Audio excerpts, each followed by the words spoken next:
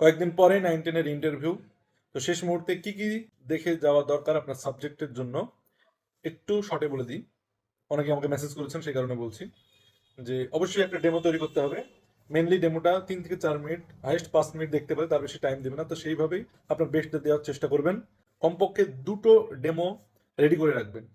আচ্ছা, এবার সাবজেক্ট থেকে কি থাকতে পারে? সাবজেক্টে মেনলি আপনার গ্র্যাজুয়েশনের সিলেবাস, এমএ সিলেবাস এবং এসএসসি হয়েছে সেই সিলেবাসটা একটু ভালো করে দেখে যেতে হবে আমাদেরকে। ইংলিশ সাবজেক্টের ক্ষেত্রে আপনাকে এবার পিজির ইন্টারভিউতে পার্টিকুলার এজ থেকে কোশ্চেন ধরেনি, ওভারঅল লিটারেচার থেকে কোশ্চেন ধরছিল। কিন্তু 9-10 ক্ষেত্রে একটা আপনাকে জিজ্ঞেস করে যে আপনার ফেভারিট এজ কোনটা, এবং সেখান থেকে কোশ্চেনটা করার সম্ভাবনাটা বেশি। এছাড়া ধরবে গ্রামারের বিভিন্ন রকমের টার্ম একটা ভিডিওতে আমি বলে দিয়েছি যে কি কি গ্রামারের টার্ম ধরতে পারে, সেগুলোই ধরে সাধারণত।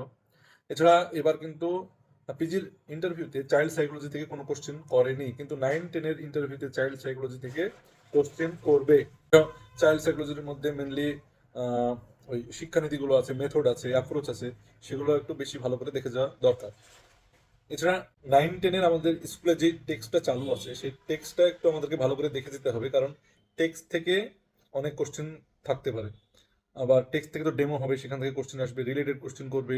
এছাড়াও টেক্সটে যেসব গ্রামারগুলো আছে সেগুলো কিন্তু আমাদেরকে নজর দিতে হবে, কারণ আপনি যদি একটা টার্মস বা টাইজ বা থিওরি না পারেন, তেমন ডিসক্রেডিট নেই, কারণ সেগুলো দরকার হয় না। কিন্তু আপনার টেক্সট থেকে কোশ্চেন করবে, সেগুলো যদি আপনি না পারেন, তো তাহলে কিন্তু একটা লজ্জাজনক ব্যাপার, একটু ডিসক্রেডিট থেকে যায় সেখানে।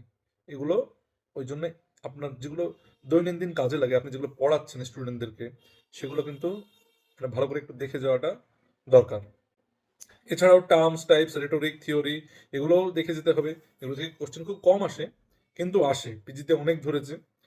এগুলো না পারলে তেমনটা ডিসক্রেডিট নেই, কিন্তু ডেমো একটা ভালো একটা আপনার সাবজেক্টের গ্র্যাজুয়েশন, এম এসএসসি সিলেবাসটাকে ভালো করে দেখে যাওয়া, তারপরে 9-10 টেক্সটটা দেখে যাওয়া, চাইল্ড সাইকোলজি, গ্রামার, এগুলো একটু ভালো করে দেখে যেতে হবে। এগুলো না পারলে একটু লজ্জাজনক ব্যাপার, কিন্তু আপনি টার্মস, টাইপস, থিওরি এগুলো না পারলে তেমনটা ডিসক্রেডিট নেই।